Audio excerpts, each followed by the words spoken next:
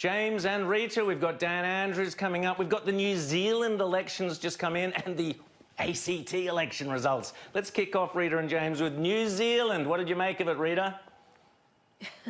Well, Jacinda, she is going to unleash whatever she wants now. She's going to rule in her own right. She's not going to have Winston Peters there as a check. So it is a resounding victory for Jacinda Ardern. This is the biggest vote Labor have had in around 50 years. One of the interesting things, though, was the vote for the Libertarian Party. That went from about 0.5% to 8%. So they've actually secured a number of seats, which is an interesting little phenomenon. But the story, the headline, is Jacinda Ardern. She said she's going to spend a lot more money on the environment. She's going to increase taxes, and she is going to have a very progressive agenda.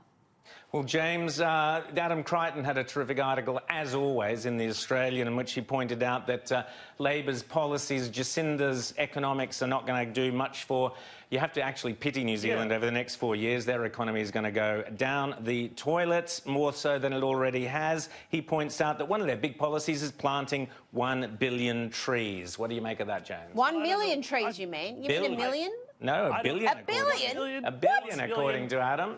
I don't care which. Either way, the fact is that what's going to happen in New Zealand is their economy is going to wind up making Victoria's look like some sort of bastion of productivity. You know, Adam points out really smartly that in real terms, they've had about a 20% hit to GDP because of Jacinda's hard lockdowns, because of her socialist economics. And that's only going to get worse going forward with the progressive taxes. But there's one aspect of this, guys, which no analyst has, as far as I've read, looked into, and that is the fact that without Winston Peters there to moderate some of her more loony left progressive ideas, well, New Zealand, and this has big implications for Australia, New Zealand is going to fall further and further into the orbit of China. Remember, as far back as 2018, people were worried that Jacinda and her political party and other political parties in New Zealand had been so compromised by China that the Five Eyes security relationship could be in jeopardy. Earlier this year, in June, New Zealand, under Ardern's government, refused to endorse with the other Five Eyes powers, you know, Australia, the United States, Canada,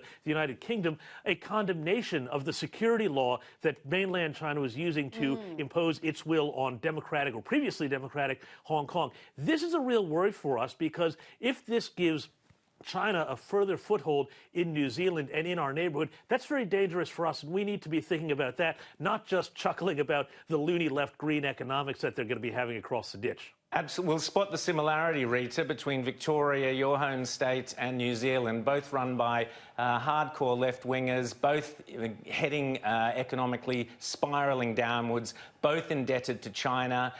We've got the Belt and Road Initiative with Dan Andrews, Jacinda Ardern right in the pocket of the Chinese, as James said. That's where the money is going to be coming from. Watch this space, socialism linked to China. Well, then why is Dan Andrews so upset that a few New Zealanders made their way down to Melbourne? Can we have a look at this tantrum he threw yesterday? I've written to the Prime Minister this morning. We're very disappointed that this has happened, given that I had the previous day, or maybe the day before, written to the Prime Minister on this very issue, saying that at some point we will join that New Zealand-Australia travel bubble, but that's not appropriate now. This is effectively possible because we have not closed our border. I don't think these people could have travelled domestically into other states where borders are closed.